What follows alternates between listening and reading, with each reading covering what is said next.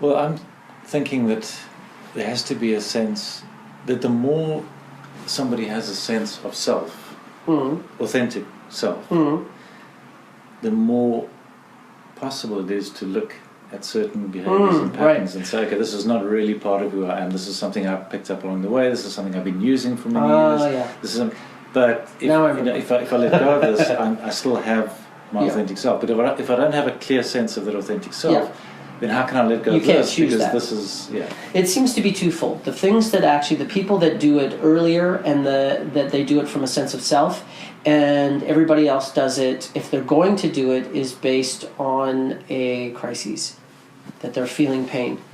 A lot of people aren't feeling pain. A lot of people are like, their life isn't, they've figured out how to live a life of just being their reactive self, and whatever's in here is sacred, and that they're not, they seem happy. They're not certainly asking any questions. Okay, they seem happy, but doesn't that ultimately become more and more numbing and more disconnected? You would think, but they seem to be, they seem to be, some people are genuinely happy just doing what they're doing, that they have as much happiness as that it hasn't come to a crisis. They don't have two things. They don't have a sense of self that things could be better that's driving them, and they don't have a crisis of things falling on their head to be able to make some kind of change. So that they're busy enough and they're doing something they enjoy enough, and they have friends and a social life and generally a primary partner that their life is more or less happy. And there's a percentage of people that do that, but most everybody else is that there's a crisis that brings them to this place, and sometimes that's later in life. If it's a crisis, I mean, the middle-aged crazy or whatever they call that. What do they call it? Well, it's like a midlife crisis. Midlife crisis. Yeah. When people, that's the time. It's probably when the shadow overwhelms. There's just too much content there that has to be dealt with, and it comes as a sort of tidal wave. It comes as a title. I think the real interesting part of that is I think that they have they've got a room full of stuff that's painful, and that I think it happens at around 50, 55, 45, somewhere in there, is because they look at their life on railroad tracks, and their mortality comes into it. They're like, oh my God, I only have so many years left to do this, and then that's what opens that door. Is like, they start realizing that this is their life. They don't actually have, forever. Because before that we feel like, we have forever. And we realize that we don't have forever, and that seems to be the thing that opens that door for many. And they start going, well, and then they start reverting back. I was happiest when I was in college. Most people, their happiest part of their life is college. Yeah, and they buy a red sports car, get somebody that's significantly younger than them. Maybe they go traveling. Maybe they pick up their art again and they start painting or something like that. And usually that who they used to be isn't there for them anymore. They actually have to, not in this moment of who am I now, and finding out. That's drawing on something from the past which doesn't exist, and trying to create an illusion, trying to move into something which is. It's not something that's actually appropriate for them. And I think it's worth looking at, is because the people that are seem to be happy with being reactive of whatever's in here is sacred, and the people that do have a crisis and then they try to go back somewhere and that's not there, and they kind of live some kind of hybrid of trying to be figuring out how to be happier in this part of their life, is that unless they come to a spiritual awakening where they actually look inside or force themselves to look and find self, that they're just making do. They just try to make the best of whatever they got. They want to have, they create opportunities for what's fun for themselves, and they virtually just kind of desensitize and de-emphasize the parts of life that they really don't like, and that's the most that they can actually have. So there's a group of people that do that. The ones that interest me are the people that actually seek self. They actually have to have some kind of experience of self. That crisis or that sense of self drives them to, either start seeking self or have more embellish that experience of self. So I think there's categories. I think different people, and I think those categories are also, I think there's more people coming to self now, is my experience. But I've been saying that forever. But it does feel that way. So I think we're creating categories here. I've never really thought this out exactly like this, so I'm enjoying that.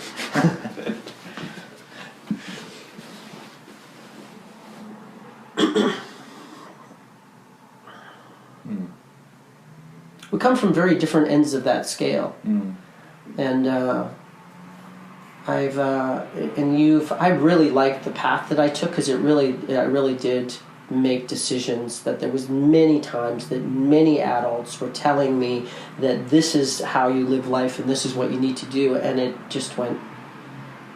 I was looking at their life. I was like, I was smart enough to go, I think I make better decisions than you do, from a very young age. So it never really dawned on me to actually go that way.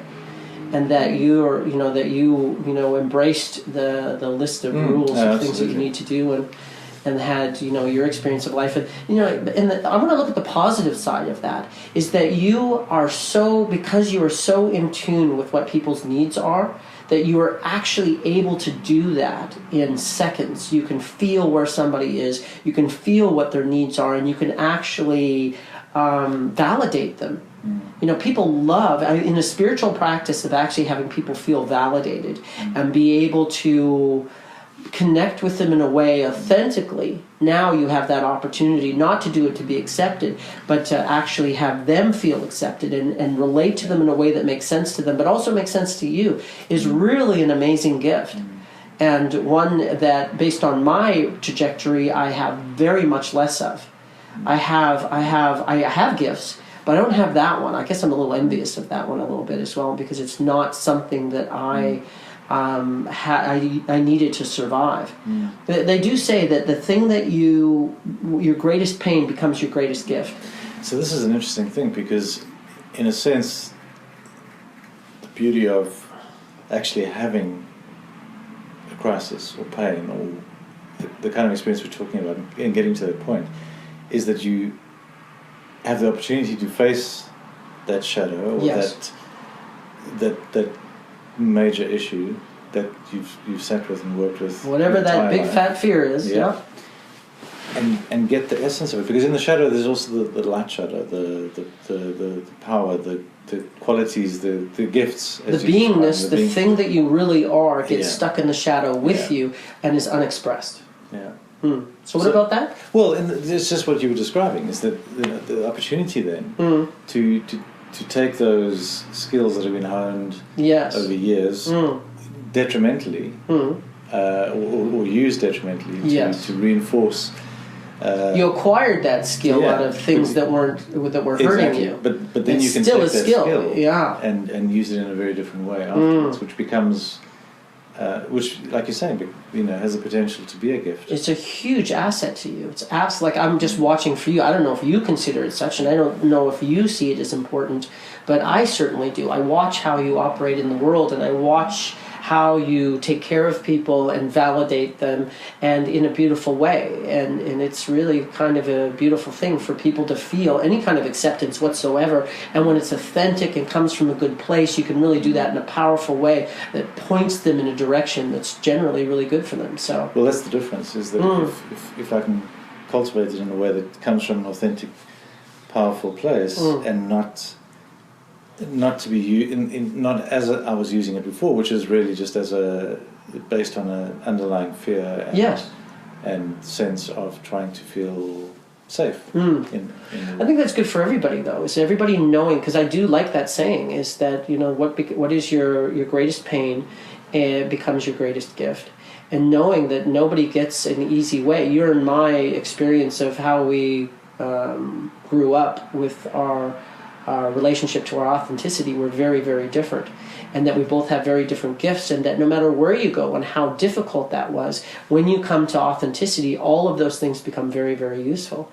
So in the human condition, it's in spite of the fact we're our own unique snowflake of what what shapes us and what the criteria is that those things that hurt us then can be useful to almost everybody in some kind of way. So it's really a beautiful thing, actually. And that, just people knowing that, I think, is most people don't know that, and that they're judging, the decisions that they made and what happened to them, and not accepting their journey, And I think that's really powerful to be able to do that. I think that's true. That a lot of people don't realize that that's where their strength is in their uniqueness and in their authenticity. I think most people, as I was, are striving to try and figure out what's the most acceptable, what's the, what'll get the most appraisal or acceptance. That that sense. I think it fits into, like, just to pull up the analogy a little bit more as well, is that it's like in some really negative forms of what people, the decisions people have made and how their life has been shaped is like through addiction, for example, and like heroin addiction.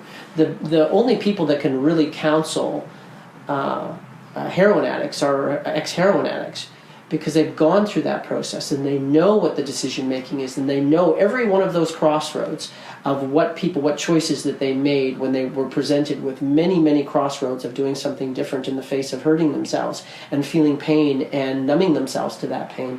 And somewhere along the line, they actually made a different choice.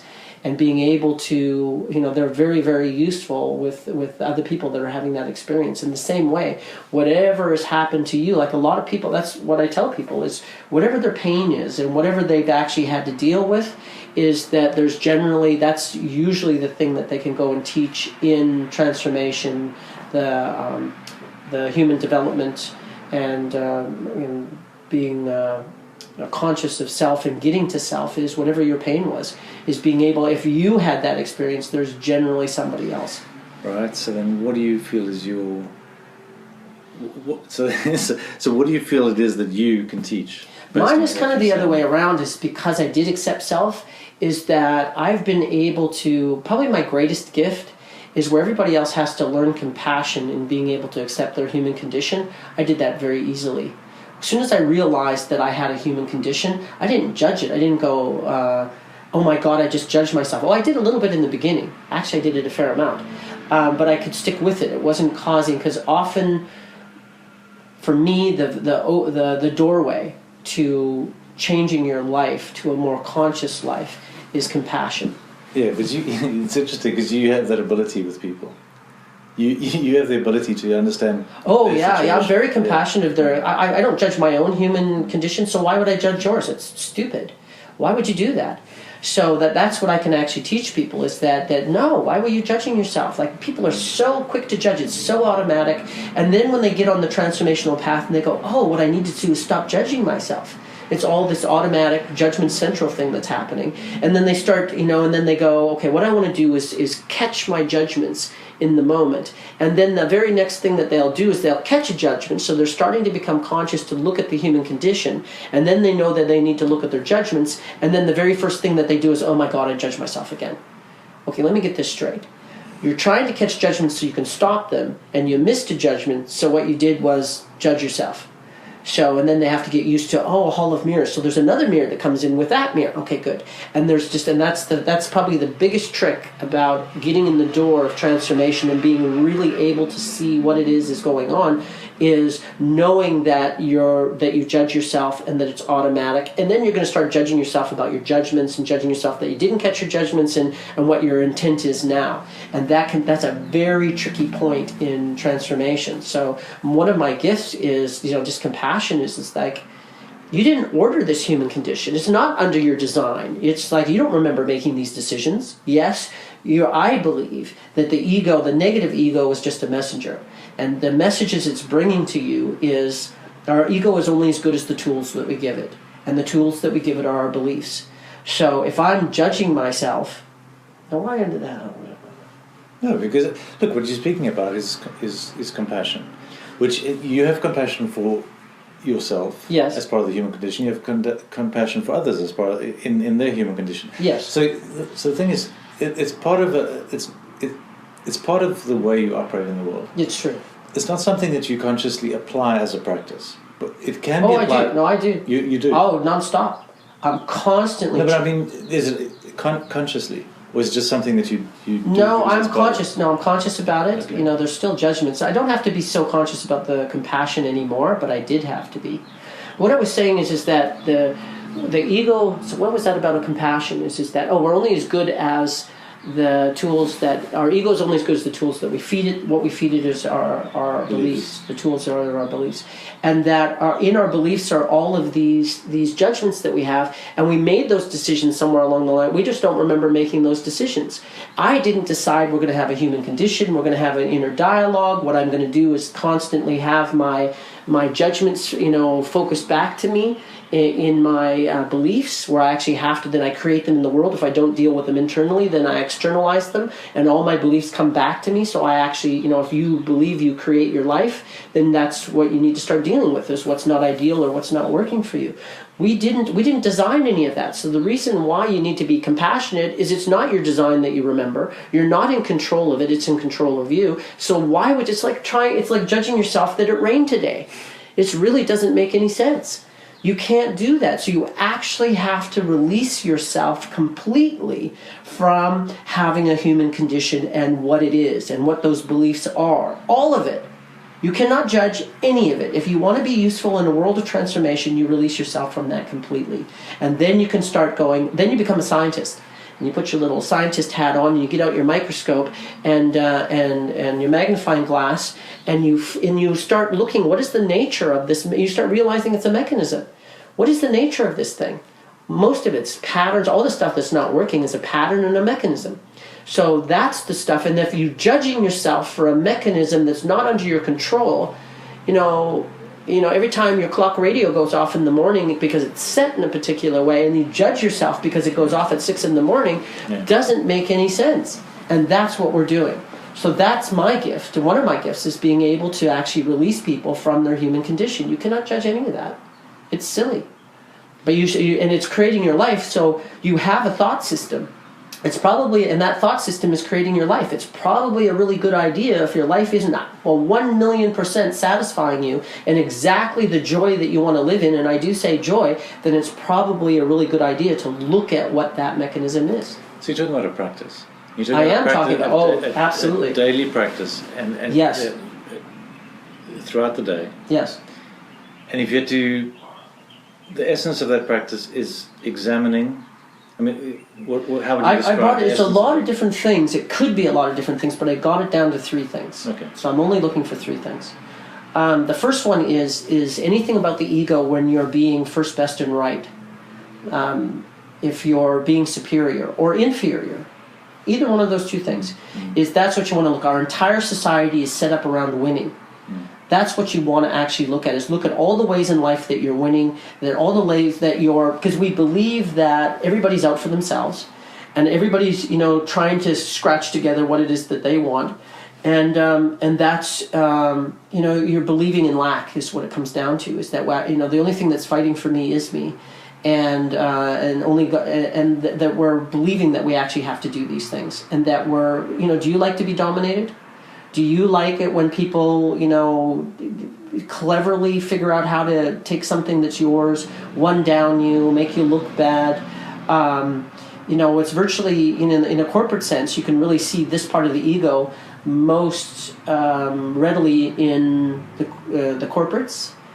Just to understand it, even if you're not a corporate, to understand it, it's very clear there. Or the schoolyard. People are digging holes under you and pretending like they're not, is what it comes down to, and that we think winning and being the best is, what's important, and it's not true, or that we're actually collecting evidence that we're not good enough. So that's the first one, is look at all the places that's happening in your life and be neutral, and actually start looking at people as peers and equals. And that then only at that time, because only at the time that we can actually see people as peers and equals, and we allow them, we don't judge them, we allow them to unfold as they are, and that I am unfolding as I am, is the only time that we'll have the safety and trust just to be the way we are. Yeah, because that's not an ego position. It's not an ego position. If people are peers, if people are equals, then it's not an ego position. What becomes, instead of winning, what becomes important is being. Is that I'm just going to be. We're not, because all that other stuff is putting your thumb on the scale of reality. You're fudging the margins in some kind of way, so you're not going, oh, this is me naturally being like this, and that's you naturally being like that, being conscious about any patterns or karma, conditioned responses that we have. That's the best way. If we've all agreed, we want to get these conditioned responses out of our experience.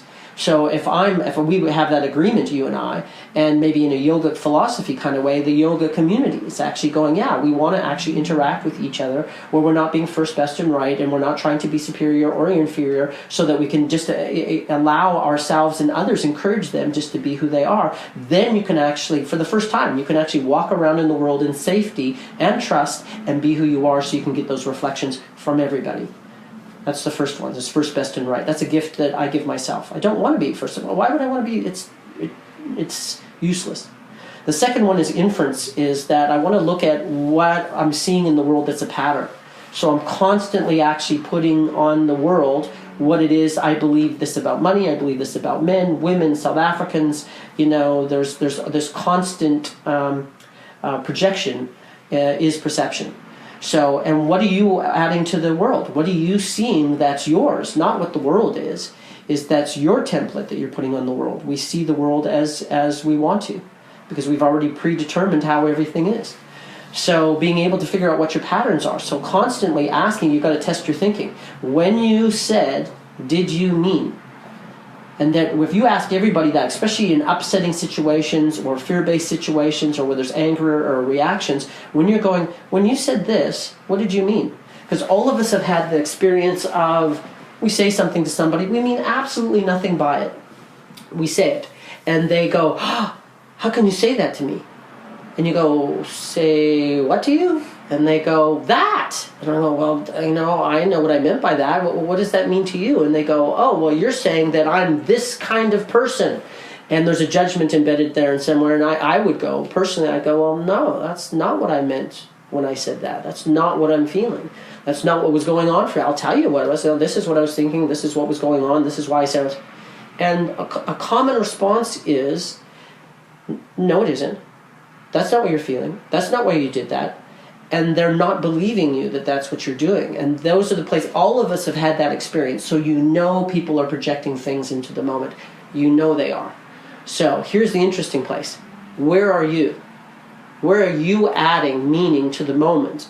And that's the patterns that you're creating, and that there's a life that you're creating for yourself based on that.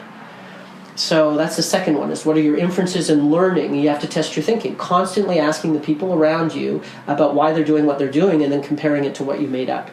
It's a practice, constantly, especially when there's upset. And the third one is judgment.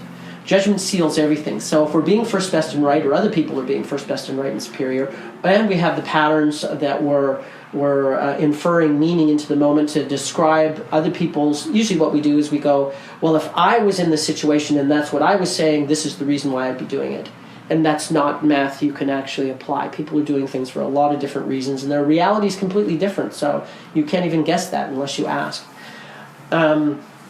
See, and another thing about the inferences is if you're only interacting with your experience of somebody else's inner world, you're never going to completely understand their inner world, but you can understand the basics of it, about why they're doing what they're doing.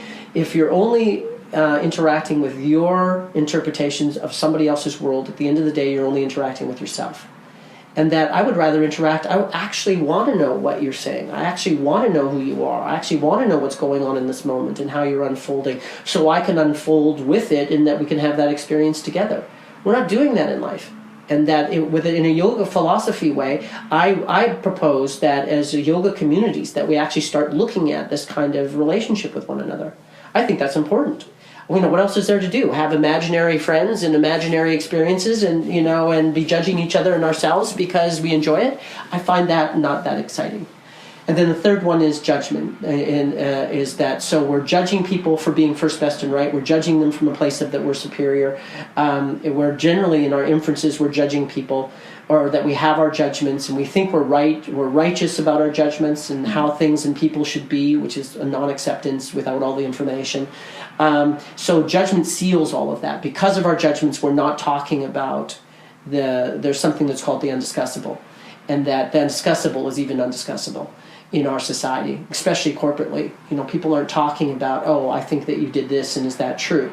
We don't do that. We don't go, oh, there's all this stuff that's undiscussable. There's these judgments that we have, and it affects how we work together. We're not doing that either. So, and it's the same pretty much anywhere in the world. We're very nicey in the yoga community, for example, and that everybody has their judgments, and there's the people that are right, and there's people that are righter.